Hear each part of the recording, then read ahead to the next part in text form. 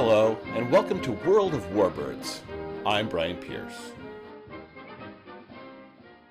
Hello, Warbirders, and welcome, Patreon supporters, to your bonus.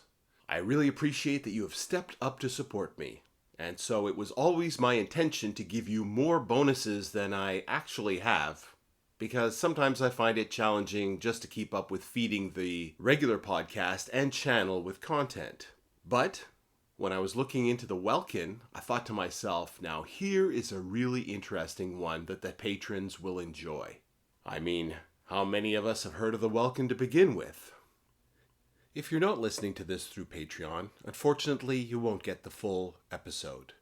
My Patreon supporters have stepped up and for the price of a single cup of coffee per month are helping encourage me to get up at 4:30 or 5 in the morning to work on these shows before my day job.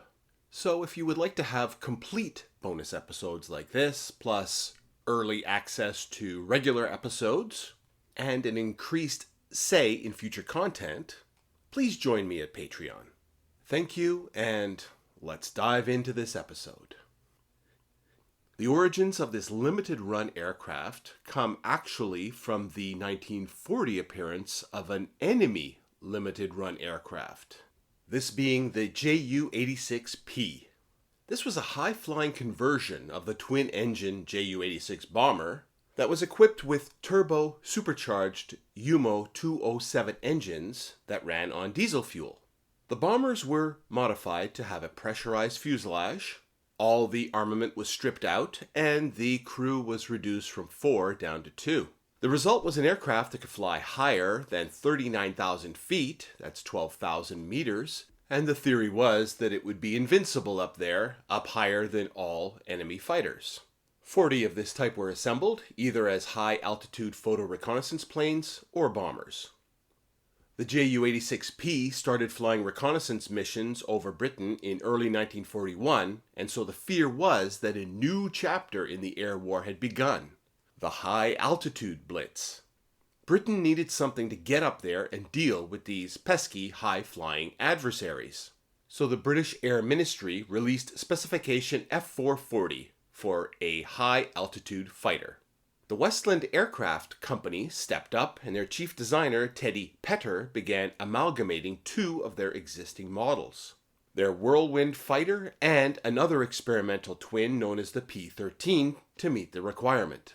They initially called the project the P-14. It occurs to me now that I have not covered either of these starting aircraft of this episode, the Ju-86 or the Whirlwind. Oh well. 2 other aircraft to look at in detail in the future. So right away, when you think of aircraft operating in the stratosphere, you should be thinking of a high aspect ratio wing, which I will describe in a little detail before moving on. High aspect ratio wings, which have a long span, which means tip-to-tip length, relative to their chord, which means leading edge to trailing edge length, are specifically designed to enhance aerodynamic efficiency for high-altitude flight.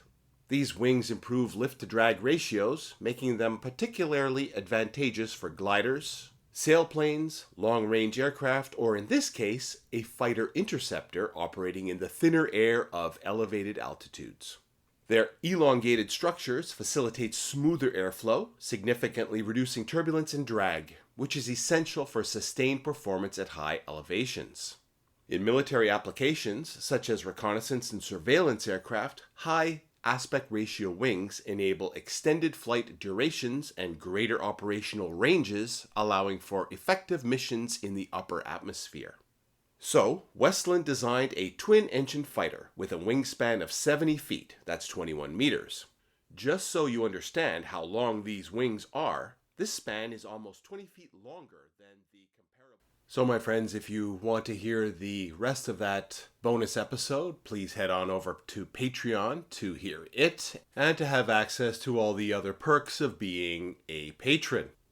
For everyone else, I'll be back real soon with an episode for everyone. Until next time.